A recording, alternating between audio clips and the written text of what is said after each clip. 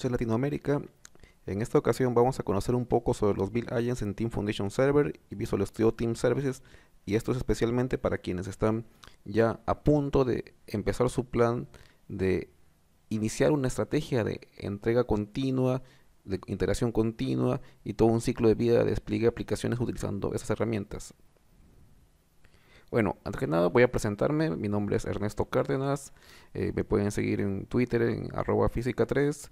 Soy ingeniero informático, limeño, vivo en Perú. Bueno, hace poco he sido designado como Microsoft MVP para Visual Studio. Soy fotógrafo aficionado, así que quienes ya me conocen en Lima saben que de vez en cuando me van a encontrar con una cámara al lado. Bueno, he estado viviendo un tiempo fuera del Perú, concretamente en España, pero ya de hace unos años ya he regresado a Lima, apoyando bastante a las comunidades ágiles y a las comunidades Microsoft, fundamentalmente en todo lo que es las tendencias ALM y DevOps con Visual Studio Team Services y obviamente con Azure. Ahí tienen mi blog, consultorinternet.com, donde siempre estoy compartiendo artículos sobre las tendencias tecnológicas y mucho sobre la estrategia ALM y DevOps, y con varios tips de trabajo para iniciarse en el desarrollo de ciclos de despliegue e integración continua. Pues nada, pasemos al grano. Ujú. Entonces, la pregunta con la que arrancamos es: ¿qué son los Build Agents y por qué deberían importarme? Y la verdad es que los Build Agents hay que entenderlo un poco en el contexto. Tenemos una necesidad de desarrollar todo un tipo de aplicaciones, ya sea en Java, para dispositivos de la familia iPhone, aplicaciones .NET, ya sea web, Windows y todo eso. Pero cuando llegamos a un ciclo muy fuerte de entrega, entrega continua, integración continua, y utilizamos una herramienta como Visual Studio Team Service, los Build Agents vienen a ser los obreros de nuestro ciclo de trabajo. Y eso es algo que vamos a ver en las siguientes láminas. Ok, entonces como comentábamos, el Build Agents son algo esencial del uso de estos productos. Que ya saben que Team Foundation Server es la versión on-premise que tú instalas en tus propios servidores, y Visual Studio Team Services es un software as a service que tú provisionas en una infraestructura que te da Microsoft. Entonces, este gráfico probablemente algunos ya lo conocen. Iniciamos con nuestro repositorio de código, donde los desarrolladores van contribuyendo su código, y y supongamos que lo hemos programado que a cada cambio de código, ¡pum!, se inicia un proceso de construcción de código que incluye un despliegue. Pasamos a un ciclo luego de pruebas automatizadas, que pueden ser pruebas unitarias, pruebas de estrés. Luego pasamos a un ciclo de feedback de los usuarios, validar qué tal está yendo. Y luego ya se pasa a un ciclo completo de ir, oye, ya tenemos la aplicación en producción, vamos monitoreándolo, y en base al feedback, en base a los datos, reiniciamos el ciclo y vamos mejorando continuamente nuestras aplicaciones. Entonces, este es básicamente para qué utilizamos Visual Studio Team Servers y Team Foundation Server. Y bueno, no, si estamos viendo esto es porque ya hemos decidido, ok, hemos decidido pasar de un esquema tradicional de desarrollo de software a un desarrollo con mucha automatización y para simplificar nuestro día a día. Entonces, centrémonos en esta área de acá, el build y el deploy. Entonces, cuando nosotros iniciamos este ciclo, hay algo por detrás que coge nuestro código fuente y se pone a hacer todo lo que hay que hacer: compilar, desplegar, lanzar las pruebas unitarias.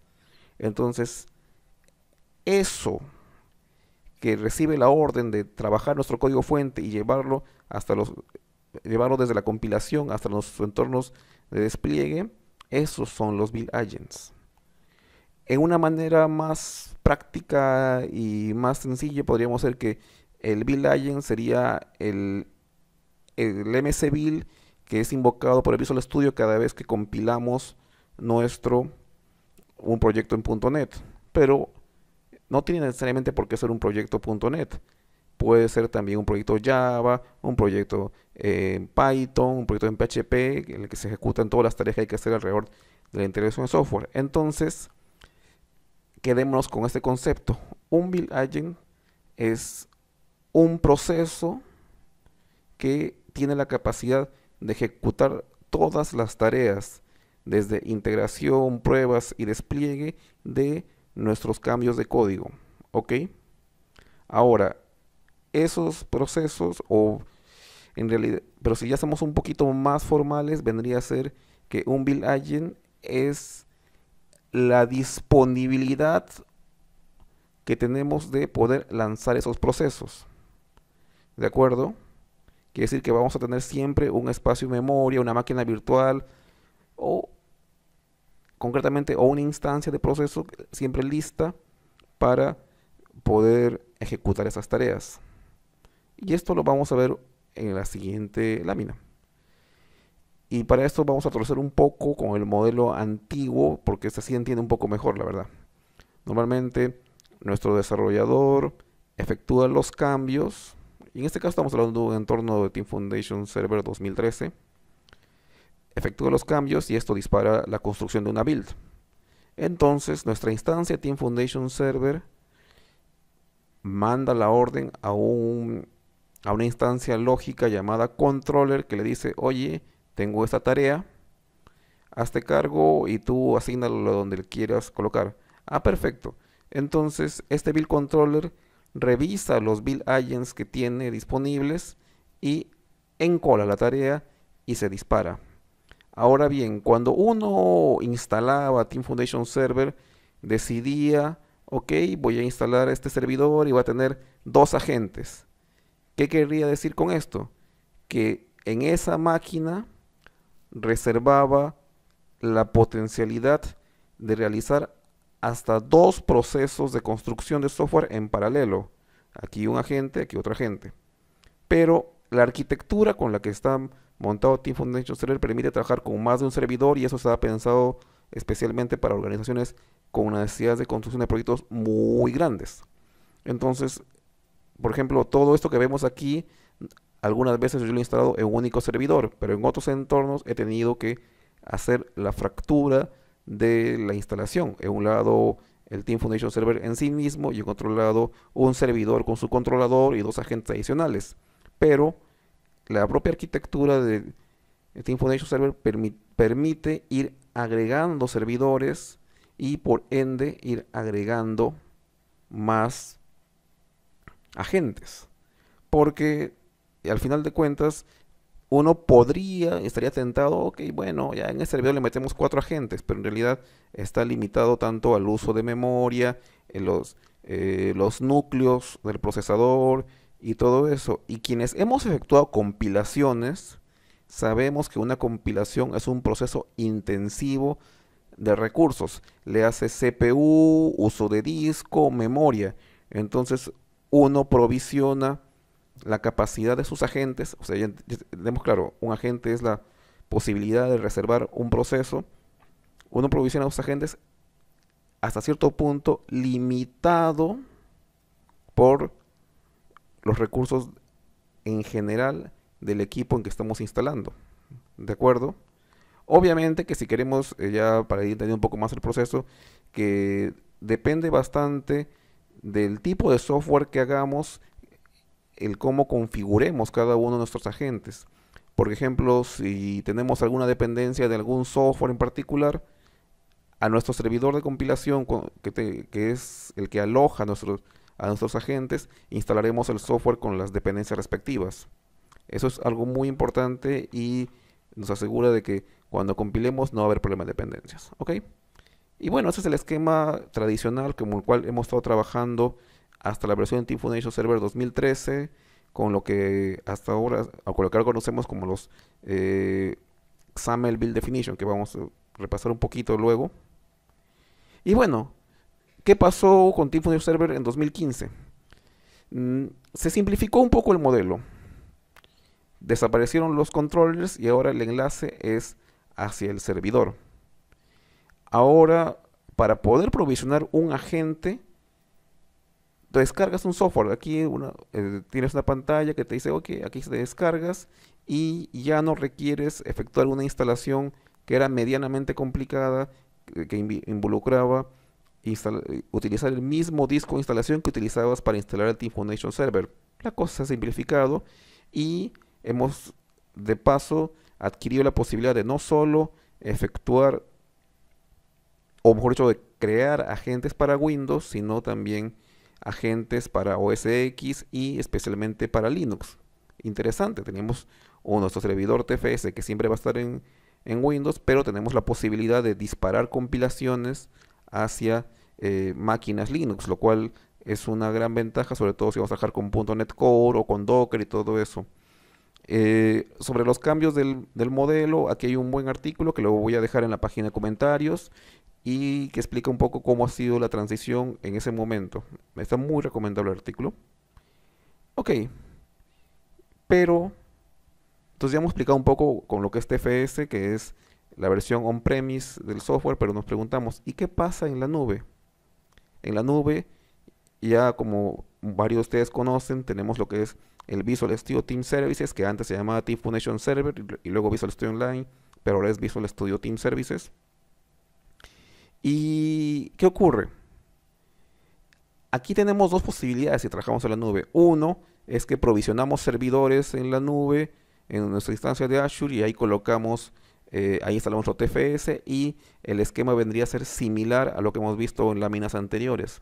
Pero eh, a efectos prácticos es básicamente trasladar lo que tienes on-premise a lo que tienes en la nube, lo cual nos da la ventaja de solamente pagar por lo que consumimos y una posibilidad de provisionar de manera mucho más sencilla nuestros recursos, porque ya saben, comprar fierro, ¿cuánto tiempo nos tarda en comprar un nuevo servidor? En cambio, empezar a facturar por un nuevo servidor, bueno, es más sencillo y de hecho yo conocí algunas empresas que han decidido no ir por Visual Studio Team Services, sino instalar sus servidores TFS en la nube. Es una opción válida. Y bueno, entonces el esquema es similar a lo que hemos visto en láminas anteriores. Y la otra opción, como comentaba, es tener Visual Studio Team Services. Y en ese caso ya pasamos un poco a meternos en detalle de lo que son los agentes privados y los agentes hosteados. Los agentes privados son básicamente el esquema que hemos visto hace dos láminas de que uno descarga el agente, lo instala en una máquina y lo enchufa a TFS, pero en este caso lo estamos enchufando a nuestra instancia de Visual Studio Team Services. O sea, vean la figura. Tú tienes tu Visual Studio Team Service corriendo en la nube, a saber en cuál de todas las máquinas que tiene Microsoft en Azure, pero tú agarras tu servidor que puede estar tranquilamente en tu entorno físico local, siempre y cuando los firewalls estén abiertos, obviamente, o que puede estar en un servidor en la nube. Lo enchufas y ya está. El Visual Studio Team Services empezará a mandarle las tareas a tu agente privado. Y por otro lado, tenemos lo que son los agentes hosteados. ¿Qué es esto lo que significa? Que es algo lo que viene casi por defecto cuando tú trabajas con Visual Studio Team Services. Ocurre que cada vez que tengas una necesidad de compilación, correr pruebas unitarias o efectuar un despliegue, lo que va a hacer tu instancia de Visual Studio Team Services es solicitar un agente de todo el pool de agentes que ellos tengan provisionados y te lo asigna a ti para que se efectúen las tareas que tú le has programado. Entonces lo que ocurre es que si tú por un buen tiempo no has efectuado una build, no tienes ningún agente asignado en este momento, entonces va a ocurrir un lapso de tiempo de unos 1 minuto, 2 minutos, alguna vez me ha tocado 5 minutos, en que Microsoft o el Team Services coge la instancia, te la prepara y te la asigna para ti. Y luego durante un tiempo esta instancia está asociada a tu cuenta y empieza a recibir las tareas que tú le estás mandando, concretamente las builds. ¿De acuerdo? Pero acuérdate, esa instancia no es tuya, está asignada temporalmente a ti y pues tranquilamente la siguiente vez que hagas una petición a una build, ese agente no va a ser necesariamente el mismo. ¿de acuerdo? Y lo cual ya que tenemos un poco el concepto claro de qué es un agente privado y qué es un agente hosteado, vamos a ver lo que son las ventajas de trabajar con agentes privados y luego las ventajas de trabajar con agentes hosteados. En el caso de los agentes privados, tú decides qué software le quieres instalar para tus builds. Por ejemplo, hay organizaciones que todavía, sí, todavía trabajan con Visual Basic 6 y van a encontrar por internet unos cuantos recetarios de cómo efectuar la configuración necesaria para que efectuar builds automáticas de Visual Basic 6, pero para hacer eso tú no puedes depender de los agents que te dé Team Service. Tú tienes que configurar explícitamente un servidor en el que le instalas el Visual Basic 6, configurar las dependencias, dar los permisos necesarios. Pero tú lo puedes hacer y ya lo tienes. De igual manera, un caso concreto que me ha pasado alguna vez es que he tenido que instalar algún control de terceros, no me acuerdo si el Infragistics o un software documentario que requería tanto instalar la licencia asociada a la máquina como que este software, esta dependencia, se instalaba en la GAC de la máquina. Entonces, esa posibilidad te la da un agente privado. Tú instalas lo que necesitas porque tus proyectos tienen ciertas necesidades de software concreto, software muy específico. Entonces, para eso un agente privado es tu solución. ¿De acuerdo? Tú defines la capacidad de performance. Por ejemplo, los agentes que están de Visual Studio Team Services tienen una capacidad que desconocemos, es razonablemente buena, pero ponte, tú podrías configurar un maquinón con 32 gigas de RAM, disco sólido y un procesador de varios núcleos, y con lo cual vas a tener builds que te tardan 15 segundos, 30 segundos y ya está, porque vas a tener una alta demanda y perfecto, lo has optimizado de acuerdo a tus dimensiones y eso es válido. Tú de repente prefieres eso antes que depender de una instancia que tú no sabes qué tan bien dimensionada está. O de repente empiezas con un tamaño de una máquina, le pones 4 gigas, te das cuenta que no alcanza, le pones 8 gigas, 16 gigas. Bien, es tu decisión. Puedes hacer builds incrementales, lo que implica de que tú compilas algo y la siguiente vez solamente es necesario que se agreguen lo que ha cambiado en los nuevos cambios. Eso es una ventaja porque en el caso de los hosteados es todo o nada, toda compilación es desde cero. Dedicación exclusiva, toditito para ti.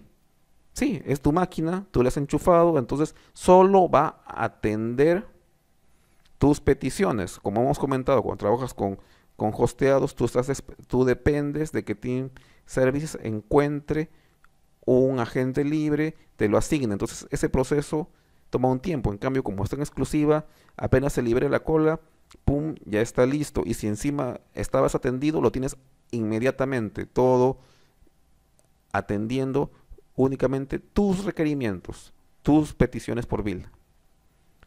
Esta parte, puedes entrar con el desktop en modo admin, es muy importante si el tipo de aplicaciones que estamos desarrollando son aplicaciones Windows, por ejemplo, o un servicio Windows, o otras cosas que requieran interactuar con los usuarios y passwords de directorio activo, requieren permisos especiales.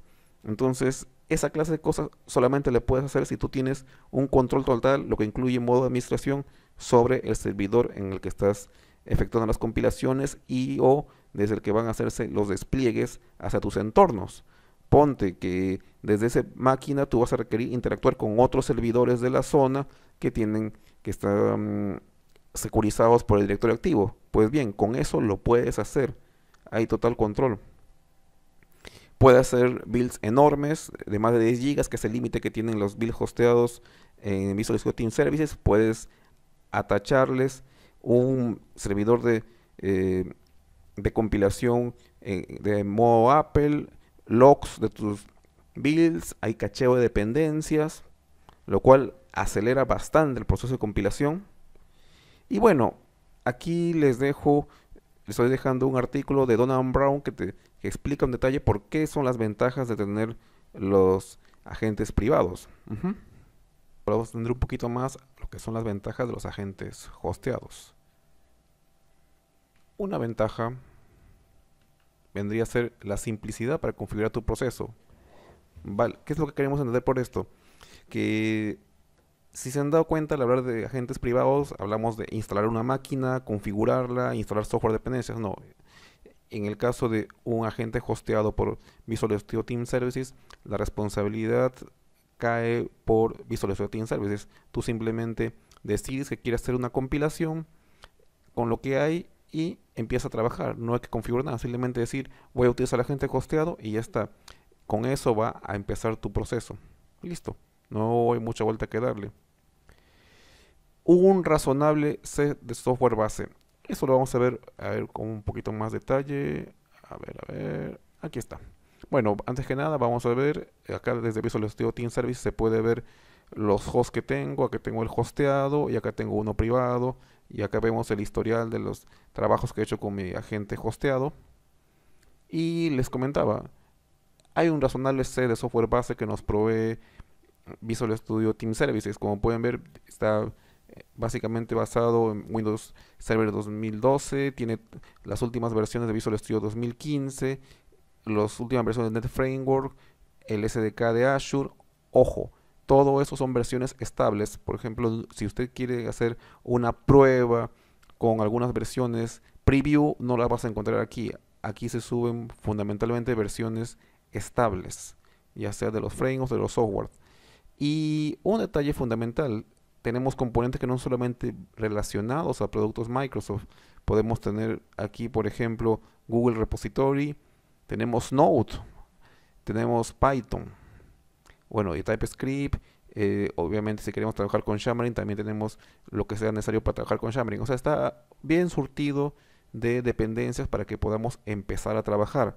Y en ese sentido, es una gran ventaja o mejor dicho, un buen punto de software base para hacer desarrollo de aplicaciones modernas. Pero como les dije, aquí no vas a encontrar las dependencias para Visual Basic 6. ¿Ok? Muy bien. Y puede ser más económico. Recuerden que hace un instante les hablábamos de que uno tenía la opción de configurar una máquina privada, pero eso tiene un costo adicional, ya sea de fierro y un fierro que de repente puedas no tenerlo en uso todo el tiempo. Por ejemplo, o si tú usas Azure para proporcionar tu máquina, tu agente privado, también vas a tener que controlar el tiempo en que lo usas, porque por ejemplo, si tú no trabajas los fines de semana, vas a tener que asegurarte de tenerlo apagado para no incurrir en costos de facturación, siempre va a haber un tiempo muerto y todo eso, y eso puede disparar un poco la factura. En cambio, con los agentes hosteados ya hay una tarifa por los minutos que tú vas consumiendo y esa tarifa puede ser más conveniente que los costos de hostear en Azure una máquina virtual, pero ya depende de tus necesidades. O sea, aquí tenemos un punto de partida que si tus necesidades no son de compilaciones tan frecuentes, te puede convenir eh, trabajar con un agente hosteado. ¿De acuerdo? Bueno, ahí le estoy dejando. Y hay un detalle adicional, que es una cosa que tenemos que ver así de pasada, es que uno puede trabajar con más de un pool de agentes hosteados. Esto lo vamos a ver en un instante y bueno, también les voy a dejar el enlace para que vean de que uno puede configurar la capacidad que tiene su Visual Studio Team Services. ¿Ok? Sí, y esto es cómo lo configuramos en Visual Studio Team Services. Es algo que tenemos que entender cómo funciona ahora, porque ha habido algunos cambios. Cuando uno tiene una instancia de Visual Studio Team Services, tiene un pool de agentes hosteados de serie. ¿Qué significa eso? Que uno tiene la capacidad de efectuar un proceso de compilación a la vez. ¿De acuerdo? Esto quiere decir que no va a haber compilaciones en paralelo. Y si uno va calculando que por su demanda va a requerir efectuar algunos trabajos en paralelo a fin de que no haya colas de nuestros equipos, lo que puede hacer es, como aquí está, tiene la opción de contratar más agentes hosteados, y esto nos da la ventaja que podríamos llegar a tener compilaciones paralelas, ¿de acuerdo? Entonces y cada host viene con una bolsa de minutos para empezar a trabajar. Es es un modelo de trabajo con el que tú tienes que tener en cuenta, y si uno de repente no tiene mucha demanda por mes, pues bueno, le bastará con un único host, pero si ve que la cosa va creciendo, tiene que decidir, ok, voy a tener un pool más grande, con lo cual me aseguro dos cosas: una bolsa de minutos de compilación y y la potencialidad de efectuar trabajos en paralelo, ¿de acuerdo? Pero hay otro detalle adicional que hay que tener en cuenta. En el caso de los agentes privados, por el modelo de trabajo que tiene Visual Studio Team Services, tú puedes enchufarle hasta un agente privado gratis dentro de tu costo de suscripción base. Si uno también, de igual manera, requiere trabajar con más de un agente privado, pues bueno, va a tener que contratar esa posibilidad de conexión. Lo cual podría tener sentido, por ejemplo, si uno tiene un agente para compilar en Linux y necesita un agente para compilar para iOS. Pues bueno, hay estas dos agentes privados en este instante. Entonces vas a tener que contratar el uso de un agente privado enchufado a Visual Studio Services adicional al que viene de serie. Estos detalles hay que tenerlos muy en cuenta de cara a planear nuestra infraestructura. Son cositas que a veces se nos escapan, pero pues, ahí estamos para aprender. Bueno, ahí les dejo el enlace de la página que explican cómo se hace el provisionamiento, ya sea de agentes hosteados adicionales o ya sea de agentes privados adicionales. Y bueno, ya repasando todo lo que hemos visto, hay que tener en cuenta algunos detalles esenciales a la hora de planear nuestro trabajo. O sea, porque todo esto que hemos visto es la teoría que deberíamos tener cuando estamos planeando nuestra arquitectura de trabajo. Cuál va a ser la forma en que nuestros equipos van a trabajar, nuestras capacidades de compilación, qué es lo que esperamos, la demanda que haya por parte de nuestros desarrolladores para compilar y desplegar. Bueno, hay que revisar siempre la lista del software incluido en los Hosted Build Agents de BCTS. Ya hemos visto la lista, y esta lista siempre se va actualizando, pero como les digo, siempre solamente trabaja con software estable. Entonces, si uno ha empezado a hacer demos con una preview, póngase, de las nuevas versiones de Netcore, tiene que estar atento para saber a partir de qué momento puede empezar a trabajar con esta nueva versión en la instancia Visual Studio Team Services. Lo mismo con las versiones del .NET Framework tradicional. Bueno, es una cosa de ir variando, y también en el caso del JDK de Java, la nueva versión de Python, uno tiene que ir chequeando y estar seguro. Si por A o B la necesidad es muy urgente de trabajar con un software no incluido en la lista oficial, no queda más remedio sino que ir hacia lo que es un agente privado.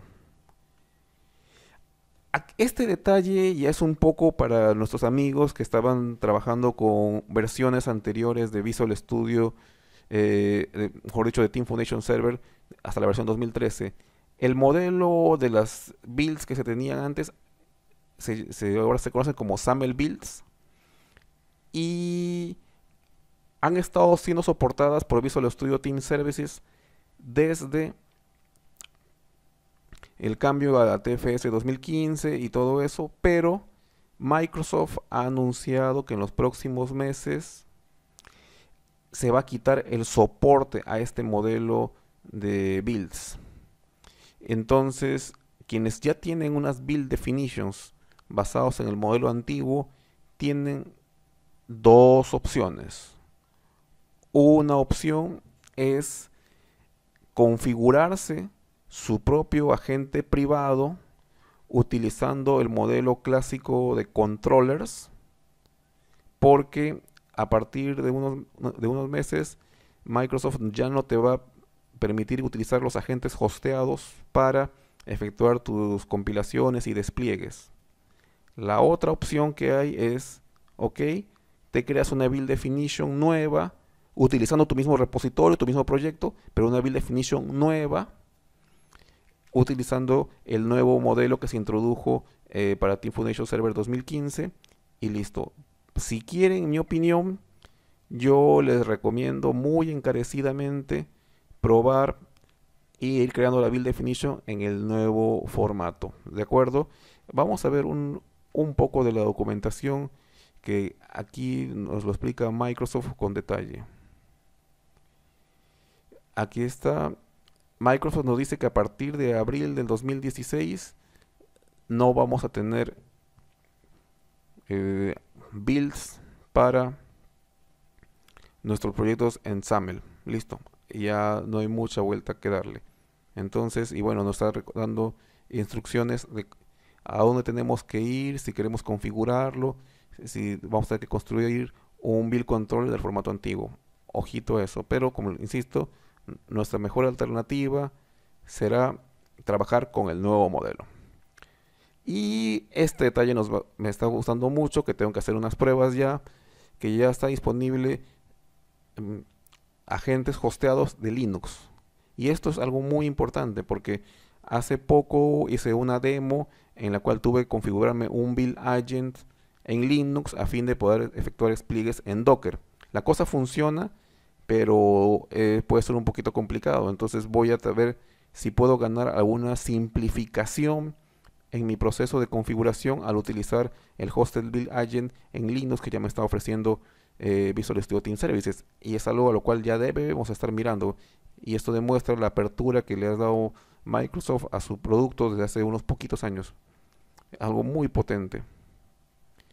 Y esta es la parte que hay que tenerlo bien en cuenta. O sea, ya hemos conocido el modelo, las diferencias, y uno tiene que estar, por ejemplo, si estamos trabajando en una empresa consultoría que ya tiene un gran catálogo de proyectos, tiene que sacar los números, ok, nuestros equipos van a efectuar tantas compilaciones al día, vamos a hacer tantos despliegues y asumir que puede haber concurrencia, cuánta concurrencia o encolamiento podemos tolerar, y en base a eso decir, ok, nos basta con lo que nos provee Visual Studio Team Services, vamos a requerir de repente un build agent. Oigan, chicos, que acá hemos iniciado nuestra línea de desarrollo con para dispositivos iPhone, entonces por fuerza a instalar un agente privado para que dé ese soporte. Hay que planear bien la potencial demanda de los builds que vamos a hacer de cara a montar nuestra infraestructura. Creo que esa es la parte más importante de un planeamiento de trabajo con Visual Studio Team Services, sobre todo si ya tenemos un equipo de desarrollo en marcha. Bueno, y acá tengo un artículo que estoy compartiendo sobre cómo se trabaja interacción continua con el nuevo modelo de Visual Studio Team Services que para entonces se llamaba Visual Studio Online. Ok, bueno, esto ha sido todo por hoy. Espero que esta introducción les haya servido para entender el modelo de las builds en Visual Studio Team Services y Team Foundation Server de cara al planeamiento de tu infraestructura de desarrollo. Cualquier cosa me puede escribir a Twitter @fisica3 o dejarme un comentario en www.consultorinternet.com. Es todo por ahora y nos vemos.